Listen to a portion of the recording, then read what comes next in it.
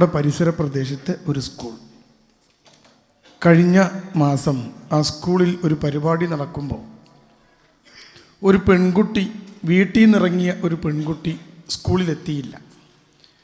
Teacher attendance രേഖപ്പെടുത്തിയിട്ട് വീട്ടിലേക്ക് അയച്ചപ്പോഴാണ് വീട്ടുകാരറിഞ്ഞ് അവർ വന്ന് സ്കൂളിലെത്തിയപ്പം കുട്ടി സ്കൂളിലെത്തിയിട്ടില്ല, വീട്ടിൽ നിന്ന് പോയിട്ടുണ്ട്. 9ാം ക്ലാസ് പഠിക്കുന്ന ഒരു പെൺകുട്ടി. കുട്ടി മിസ്സിങ് ആയപ്പം അന്വേഷണം വ്യാപകമായി. കുട്ടിയുമായി ബന്ധപ്പെട്ടവരെ പോലീസ് വന്ന് ചോദ്യം ചെയ്തു. അപ്പോഴാണ് തൊട്ടടുത്ത പ്രദേശമായ മറ്റൊരു പ്രദേശത്തെ സ്കൂളിൽ +1 പഠിക്കുന്ന ഒരു യുവാവുമായി, ഒരു ചെറുക്കനുമായി പെൺകുട്ടിക്കൊരു ബന്ധമുണ്ട് എന്നറിഞ്ഞത്. അന്വേഷണം ആ നിലയിൽ നീങ്ങിയപ്പോൾ ആ ചെറുക്കനും സ്കൂളിലില്ല. അപ്പോൾ മനസ്സിലായി അവർ രണ്ടുപേരും കൂടിയാണ് പോയത്. അന്വേഷണം വ്യാപകമായപ്പോൾ നമ്മുടെ രാമനാട്ടുകരയിലെ ഒരു ഷോപ്പിംഗ് മാളിലേക്ക് ഇവർ രണ്ടുപേരും കയറിപ്പോകുന്ന ഒരു വീഡിയോ CCTV ദൃശ്യം കിട്ടി. അവിടുന്ന് ഡ്രസ്സ് മാറി അവർ പുറത്തിറങ്ങി ബസ് സ്റ്റാൻഡ് വഴി പോകുന്നതും കണ്ടു. പിന്നീട് അവർ മിസ്സിംഗ് ആണ്. ഒരു വൈകുന്നേരമായപ്പോൾ, ഒരു 3 മണിയായപ്പോൾ ഹൈലൈറ്റ് മാളിലെ സെക്യൂരിറ്റിയിൽ നിന്ന് ഈ കുട്ടിയുടെ ഉമ്മാക്കൊരു ഫോൺ വന്നു. ഈ കുട്ടി ഹൈലൈറ്റ് മാളിലുണ്ട്, നിങ്ങൾ വന്നാൽ ഈ കുട്ടിയെ കൊണ്ടുപോവാം എന്ന് പറഞ്ഞു. ഈ ചെറുക്കനും പെൺകുട്ടിയും കൂടി ഹൈലൈറ്റ് മാളിലെത്തി ലിഫ്റ്റിൽ മേലോട്ടും താഴോട്ടും ഇങ്ങനെ കയറും. ലിഫ്റ്റിനകത്ത് ഒറ്റപ്പെടുമ്പോൾ അവൻ ആ പെൺകുട്ടിയോട് വേണ്ടാത്തതൊക്കെ ചെയ്യും, അവളത് എൻജോയ് ചെയ്യും. ഇതെല്ലാം CCTVയിലൂടെ കണ്ട സെക്യൂരിറ്റി രണ്ടുപേരെയും തടഞ്ഞു വെച്ചാണ് വീട്ടിൽ അറിയിച്ചത്.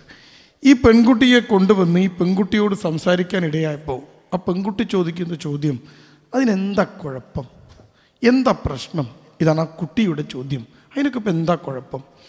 ചാനലിൽ നിറഞ്ഞു നിൽക്കുന്ന ഒരു പാട്ടുകാരൻ, കോഴിക്കോടും കേരളത്തിലും പുറത്തും ഗൾഫിലുമൊക്കെ കൃത്യമായി പാട്ടുപാടി ആ പാട്ടിലൂടെ പണമുണ്ടാക്കി അത് റീൽസായി ഷോർട്സായിട്ട് ഇങ്ങനെ ഇൻസ്റ്റഗ്രാമിലും യൂട്യൂബിലുമൊക്കെ ഇടുന്ന ഒരു പാട്ടുകാരൻ, അവനെ പിന്തുടർന്ന് അവനെപ്പോലെയാവാൻ കൊതിച്ച് പാട്ട് പഠിക്കണമെന്ന് ശാഠ്യം പിടിച്ച് അതിന് വീട്ടിൽ നിർബന്ധം പിടിച്ചപ്പോൾ അവനെ കൊണ്ടുവന്ന് അവനോട് സംസാരിച്ചപ്പോഴും അവനും ചോദിക്കുക, അതിനെന്താ കുഴപ്പം?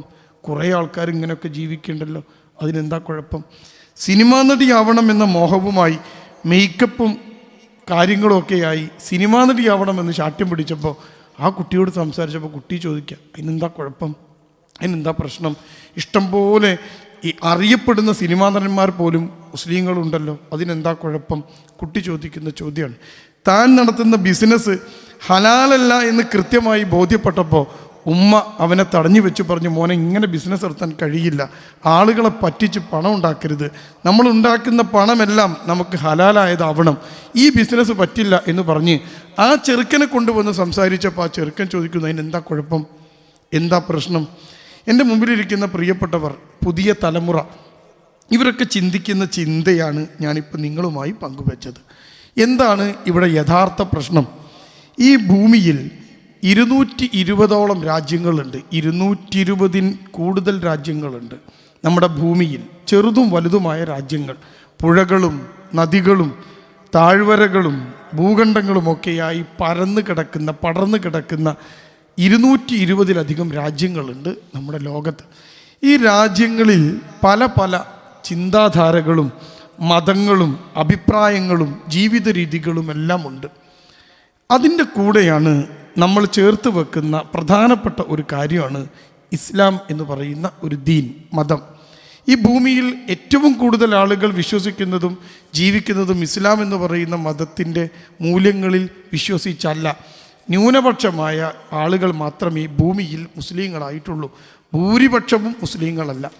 ഇത് നമ്മുടെ കുട്ടികൾക്ക്, പുതിയ തലമുറക്ക്, നമുക്ക് പോലും മനസ്സിലാക്കിയെടുക്കേണ്ട ഒരു കാര്യമാണ്. എന്താണ് ഇസ്ലാം എന്ന് പറയുന്ന ഒരു മതം? മറ്റു മതങ്ങളിൽ നിന്ന്, ചിന്താധാരകളിൽ നിന്ന് വ്യത്യാസം എന്താണ്?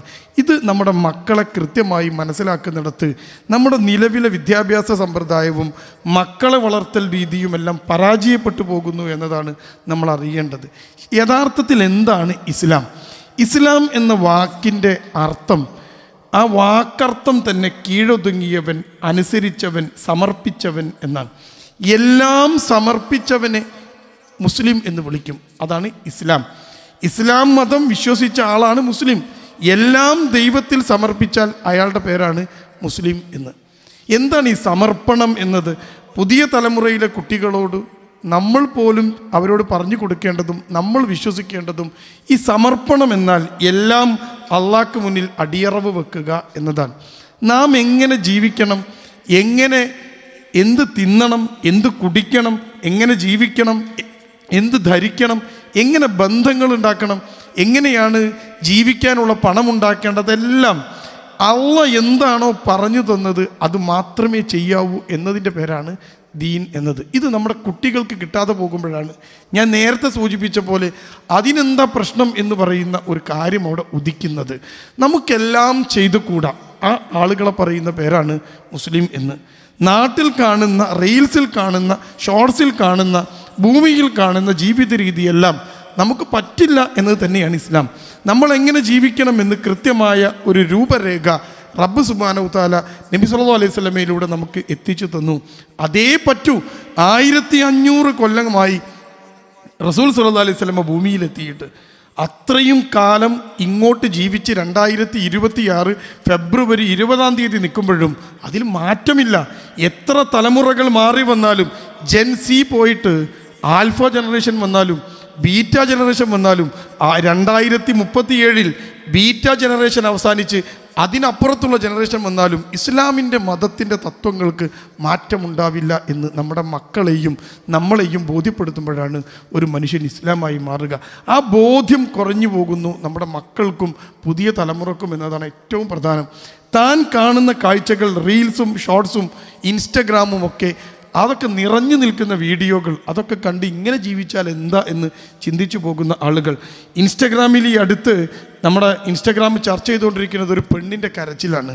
ഒരു മുസ്ലിം നാമധാരിയായ പെണ്ണ് ജോർദാനിൽ ചെന്ന് ഒറ്റയ്ക്ക് യാത്ര ചെയ്ത്, സോളോ ട്രിപ്പ് എന്നതിൻ്റെ പേര്, ഒറ്റയ്ക്ക് യാത്ര ചെയ്ത് ജോർദാനിൽ ചെന്ന് ഒരു വിജനമായ സ്ഥലത്ത് ഒരു കഴുതപ്പുറത്ത് ഒരു ചെറുക്കൻ്റെ കൂടെ യാത്ര ചെയ്തപ്പോൾ കഴുതപ്പുറത്ത് വെച്ച് അവൾ പീഡിപ്പിക്കപ്പെട്ടു എന്ന് പറഞ്ഞ് കരയുന്ന ദൃശ്യങ്ങൾ ഇപ്പോൾ സോഷ്യൽ മീഡിയയിൽ ഇങ്ങനെ നിറഞ്ഞു നിൽക്കുകയാണ്. എന്തുകൊണ്ടാണത് സംഭവിച്ചത് എന്ന് ഇസ്ലാം മതം വിശ്വസിക്കുന്നത് നമുക്കറിയാം. റബ്ബ് പറഞ്ഞ ഒരു വിധിക്ക്, വിലക്കിന് അപ്പുറത്തേക്ക് പോകുമ്പോഴാണ് ഈ പ്രശ്നങ്ങളെല്ലാം ഉണ്ടാവുക. ഇത് ബോധ്യപ്പെടുത്തുന്നിടത്ത് വിജയിക്കുമ്പോഴാണ് ഒരു മനുഷ്യൻ ഇസ്ലാം ആവുക, മുസ്ലിം ആവുക. എൻ്റെ മുമ്പിലിരിക്കുന്ന പ്രിയപ്പെട്ടവർ ചിന്തിക്കണം, ഇതിനപ്പുറത്തുള്ളൊരു ചിന്തയുണ്ട്. അതിൻ്റെ പേരാണ് ലിബറൽ ചിന്ത എന്നത്. നമുക്ക് നിയമങ്ങൾ ഉണ്ടാക്കിയത് അള്ളയാണ്. ആ നിയമം എത്തിച്ചു തന്നത് റസൂൽ സല്ലല്ലാഹു അലൈഹി വസല്ലമയാണ്. കൃത്യമായ നിയമങ്ങൾ, നിയന്ത്രണങ്ങളുള്ള ദീനിൻ്റെ പേരാണ് ഇസ്ലാം. അതിനപ്പുറത്തേക്ക് പോകുമ്പോഴാണ് ഈ പ്രശ്നങ്ങളെല്ലാം ഉണ്ടാവുക എന്ന് നമ്മളും നമ്മുടെ കുട്ടികളെ തിരിച്ചറിയിക്കണം, നമ്മളും തിരിച്ചറിയണം. ഇപ്പോൾ പുതിയ തലമുറ, ഞാൻ നേരത്തെ ഇങ്ങോട്ട് പറഞ്ഞല്ലോ, കല്യാണം കഴിഞ്ഞ് കോളേജിലേക്ക് പഠിക്കാൻ വേണ്ടി വീണ്ടും ചെന്ന് കല്യാണം കഴിഞ്ഞ പെൺകുട്ടി ടൂറ് പോയപ്പോൾ ടൂറിൻ്റെ വീഡിയോകൾ ഇങ്ങനെ വരിക. ഇപ്പം ടൂറ് പോകുന്നത് സ്ഥലം കാണാനല്ല, നിങ്ങൾക്കറിയാം, ടൂറ് പോകുന്നതെല്ലാം റീൽസ് എടുക്കാനാണ്. അപ്പോൾ റീൽസ് ഇങ്ങനെ എടുത്തപ്പോൾ ഈ കല്യാണം കഴിഞ്ഞ പെൺകുട്ടി വേറൊരു ആൺകുട്ടിയുടെ കയ്യും പിടിച്ചിട്ട് ഒരുമിച്ച് നിന്ന് ഇങ്ങനെ ചുറ്റും നൃത്തം കളിക്കുന്ന വീഡിയോ ആണ് ആ ഭർത്താവിൻ്റെ കയ്യിലേക്ക് എത്തിയത്. ഈ ഭർത്താവ് ടൂർ നടന്നുകൊണ്ടിരിക്കുന്ന പെൺകുട്ടിയെ വിളിച്ചിട്ട് പറഞ്ഞു, നീ തിരിച്ചു വരണം, ഇങ്ങനെ പറ്റില്ല. ആ പെൺകുട്ടി പറഞ്ഞു, തിരിച്ചു വരാനൊന്നും കഴിയില്ല, ഞാൻ ദൂരെയാണ്. ടൂറ് കഴിഞ്ഞ് വന്ന് അവർ തമ്മിൽ പ്രശ്നമായപ്പം ആ പെൺകുട്ടി ചോദിക്കുന്ന ചോദ്യം, 21 വയസ്സ് പ്രായമുള്ള വിദ്യാസമ്പന്നയായ പെൺകുട്ടി ചോദിക്കുന്ന ചോദ്യം, എന്താ ഒരു ആൺകുട്ടിയുടെ കൈ പിടിച്ചാൽ പ്രശ്നം എന്നാണ്. ഇവിടെയാണ് നമ്മൾ ചിന്തിക്കേണ്ടത് ഇസ്ലാം എന്നത് കൃത്യമായ വിധിയും വിലക്കുമുള്ള മതമാണ് എന്ന്. ഇസ്ലാം ചെയ്ത ഏറ്റവും ആദ്യത്തെ കാര്യം എന്താ? നിസ്കാരവും നോമ്പും ഉംറയും ഹജ്ജും ഒന്നുമല്ല ഇസ്ലാം ആദ്യം ചെയ്തത്. ആദ്യമായി റബ്ബ് സുബ്ഹാനഹു തആല സൃഷ്ടിച്ച മനുഷ്യൻ്റെ പേര് ആദം അലൈഹിസ്സലാം എന്നാണ്. ആദമിനെ അള്ളാഹ് സൃഷ്ടിച്ചു. എന്നിട്ടോ സ്വർഗത്തിലാണ് ആദം ജീവിച്ചത്. അള്ളാഹ് ആദമിനെ സൃഷ്ടിച്ച് ജിന്നുകൾക്കും മലക്കുകൾക്കും മുന്നിൽ ഡിസ്പ്ലേക്ക് വെച്ച് അവരോട് പറഞ്ഞു, ഏറ്റവും മികച്ച ജീവികളിൽ ഒന്നാണിത്. എന്തൊരു ബുദ്ധിയുണ്ട് ഇതിനെന്നറിയോ? സ്വന്തം ചിന്തിക്കാനും സ്വന്തം തീരുമാനങ്ങൾ എടുക്കാനും ഒക്കെ കഴിവുള്ള അടിപൊളി ഒരു സാധനം. ആ ആദമിനെ സൃഷ്ടിച്ച് സ്വർഗത്തിൽ ജീവിക്കാൻ വിട്ട് അള്ളാഹ് ആദമിന് തുണയായി ഹവ്വാ ബീവി സൃഷ്ടിച്ചു. രണ്ടുപേരും സ്വർഗത്തിൽ ജീവിക്കുകയാണ്. ആദ്യം ചെയ്തത് എന്താ? നിസ്കരിക്കണം, നോമ്പ് നോൽക്കണം, ഉംറ ചെയ്യണം, ഹജ്ജ് ചെയ്യണം, അതൊന്നുമല്ല അള്ളാഹ് ആദ്യം തന്നെ പഠിപ്പിച്ചത്. മനുഷ്യൻ എന്ന ജീവിയെ സൃഷ്ടിച്ച് ആദ്യം ചെയ്ത പണി എന്താണെന്നറിയോ? ആ ആദമിനോട് അള്ളാഹ് പറഞ്ഞു, നിനക്ക് എന്തും കുടിക്കാം, എന്തും തിന്നാം, എങ്ങനെയും ഇവിടെ നിനക്ക് ഉപയോഗിക്കാം, പക്ഷെ ഒരു മരത്തോട് നീ അടുത്തു പോകരുത്. നോക്കൂ നിങ്ങൾ, ഒരു വിധിയും വിലക്കും അള്ളാഹ് സൃഷ്ടിക്കുകയാണ്. ഒരു മരത്തോട് നീ അടുക്കരുത്, അതിലേക്ക് നീ പോകരുത്, ആ പഴം നീ ഭക്ഷിക്കരുത്. അപ്പോൾ അള്ളാഹ് ആദ്യം ചെയ്ത പണി എന്താ? മനുഷ്യനെ സൃഷ്ടിച്ച് ആദ്യം ചെയ്തത് ഇത് മനുഷ്യനെ പഠിപ്പിക്കലാണ്. എൻ്റെ പ്രിയപ്പെട്ട മക്കളോട് നമ്മളോടും പറയേണ്ടതും എന്താണെന്നറിയോ? ഇസ്ലാമിൽ 2 ലിസ്റ്റാണ്. 2 ലിസ്റ്റാണ്. കുട്ടികൾ ഇങ്ങനെ ചോദിച്ചുകൊണ്ടിരിക്കും നമ്മളോട്, കണ്ണെഴുതിയ എന്താ കുഴപ്പം, ചുണ്ട് ചോപ്പിച്ച എന്താ കുഴപ്പം, സിനിമ കണ്ട എന്താ കുഴപ്പം, അങ്ങനെ ചെയ്ത എന്താ കുഴപ്പം? ഇതിനൊക്കെ ഒറ്റ ഉത്തരവേ ഉള്ളൂ. ഇസ്ലാമിൽ 2 ലിസ്റ്റുകളുണ്ട്. മുഹമ്മദ് നബി സല്ലല്ലാഹു അലൈഹി വസല്ലം റബ്ബ് സുബ്ഹാനഹു തആലയുടെ കാര്യങ്ങൾ നമ്മളെ പഠിപ്പിച്ചത് 2 ലിസ്റ്റാണ്. ഈ 2 ലിസ്റ്റാണ് ഇസ്ലാം. ഇതിനപ്പുറത്തേക്കൊന്നും വല്ലാതെ പോകേണ്ട ആവശ്യമില്ല. ഈ 2 ലിസ്റ്റ്. ഒന്നാമത്തെ ലിസ്റ്റിൻ്റെ പേരാണ് ഹറാം, രണ്ടാമത്തെ ലിസ്റ്റിൻ്റെ പേരാണ് ഹലാൽ. എങ്ങനെ നിങ്ങൾ കൂട്ടിക്കുറച്ച് കിഴിച്ചു നോക്കിയാലും ഹലാൽ ലിസ്റ്റിലാണ് കാര്യങ്ങൾ കൂടുതലുണ്ടാവുക. എന്ത് കഴിക്കണം? നിങ്ങൾക്ക് ബീഫ് കഴിക്കാം, ചിക്കൻ കഴിക്കാം, കണ്ടോ, എന്തൊക്കെ കഴിക്കാം, മീൻ കഴിക്കാം. പക്ഷേ ഒരു സാധനം കഴിക്കരുത്, ഈ ലിസ്റ്റിലൊരു സാധനം ഉണ്ടാവും. എങ്ങനെ വസ്ത്രം ധരിക്കണം, എന്തൊക്കെയാവാം, ഈ വിധിയും വിലക്കും കൃത്യമായി 2 ലിസ്റ്റുകളായിട്ട് ഒരു മനുഷ്യൻ്റെ മുന്നിൽ കൃത്യമായി സമർപ്പിച്ച ഒരു ദീനാണ് ഇസ്ലാം. അപ്പോൾ ഒരു കാര്യം ചെയ്യുന്നത് ശരിയാണോ തെറ്റാണോ നോക്കാൻ ഈ ലിസ്റ്റ് നോക്കിയാൽ മതി. ഇതിലുണ്ടോ? ഉണ്ട്, ചെയ്യാം, അത് പറ്റും. അത് പറ്റില്ലേ, അത് ചെയ്യാൻ കഴിയില്ല, അള്ളാഹ് അനുവദിച്ചിട്ടില്ല. ഇത്രയേ ഉള്ളൂ. ഇത് നമ്മുടെ മക്കൾക്ക് ഇപ്പോഴും കിട്ടാതെ പോകുമ്പോഴാണ് ഈ പ്രശ്നം ഉണ്ടാവും. അങ്ങനെ ഇട്ടാൽ എന്താ, ഡ്രസ്സ് ഇങ്ങനെ ഇട്ടാൽ എന്താ, ഇങ്ങനെ ചെയ്താൽ എന്താ എന്ന ചോദ്യത്തിൻ്റെ ഉത്തരം അത് പറ്റില്ല ഈ ലിസ്റ്റിൽ. ഇതാണ് ഏത് പ്രസംഗം തുടങ്ങുമ്പോഴും, ഇസ്ലാമികമായ പ്രസംഗം തുടങ്ങുമ്പോഴും ആദ്യം പറയുന്ന സാധനം എന്താ? അള്ളാഹിൻ്റെ വിധി വിലക്കുകളെ സൂക്ഷിക്കണം എന്നാ. വിധിച്ചതും വിലക്കിയതും കൃത്യമായി ബോധ്യപ്പെടുമ്പോഴാണ് ഒരു മനുഷ്യൻ മുസ്ലിമായി മാറുക, ഇസ്ലാമായി മാറുക എന്ന് കൃത്യമായ ബോധ്യം നമുക്കുണ്ടാവണം. ഞാനിത് പറയാൻ കാരണം എന്താണെന്നറിയോ? അറബിക് കോളേജുകളിൽ പഠിച്ചിറങ്ങുന്ന കുട്ടികൾ പോലും, ഖുർആൻ പഠിച്ചിറങ്ങുന്ന കുട്ടികൾ പോലും അങ്ങനെ ചെയ്താൽ എന്താ എന്ന് ചോദിക്കുന്നിടത്ത് കാര്യങ്ങൾ എത്തിപ്പെടുന്നത് ഈ ഇസ്ലാമിൻ്റെ അധ്യാപനം, ഇസ്ലാമിൻ്റെ ബേസ് കൃത്യമായി കുട്ടികൾക്ക് അറിയാതെ പോകുന്നത് കൊണ്ടാണ്. അതുകൊണ്ട് വാല്യൂസ് എന്ന് പറയുന്ന ഒരു സാധനം, മൂല്യങ്ങൾ എന്ന് പറയുന്ന ഒരു സാധനമുണ്ട്. അത് ഇസ്ലാമിൽ ഈ മൂല്യങ്ങൾ നമ്മെ പഠിപ്പിച്ചത് റബ്ബാണ്. റബ്ബ് പറഞ്ഞ മൂല്യങ്ങൾ അൺചേഞ്ചബിൾ ആണ്, മാറ്റാൻ കഴിയില്ല. ആ മൂല്യങ്ങൾ അങ്ങനെ തന്നെ ഭൂമി അവസാനിക്കും വരെ നിലനിൽക്കുന്ന മൂല്യങ്ങളാണ്. ഇനി ഒരു കാര്യം കൂടി പറഞ്ഞ് ഞാൻ അവസാനിപ്പിക്കുകയാണ്. ഇതിന് നേരെ അപ്പുറത്തൊരു ചിന്തയുണ്ട്. ഭൂമിയിൽ ഇപ്പോൾ പടർന്ന് പന്തലിച്ചു കൊണ്ടിരിക്കുന്ന ഒരു ചിന്ത. ആ ചിന്തയുടെ പേരാണ് ലിബറലിസം എന്നത്. എന്ത് തോന്നിയാസവും നമുക്ക് ചെയ്യാം.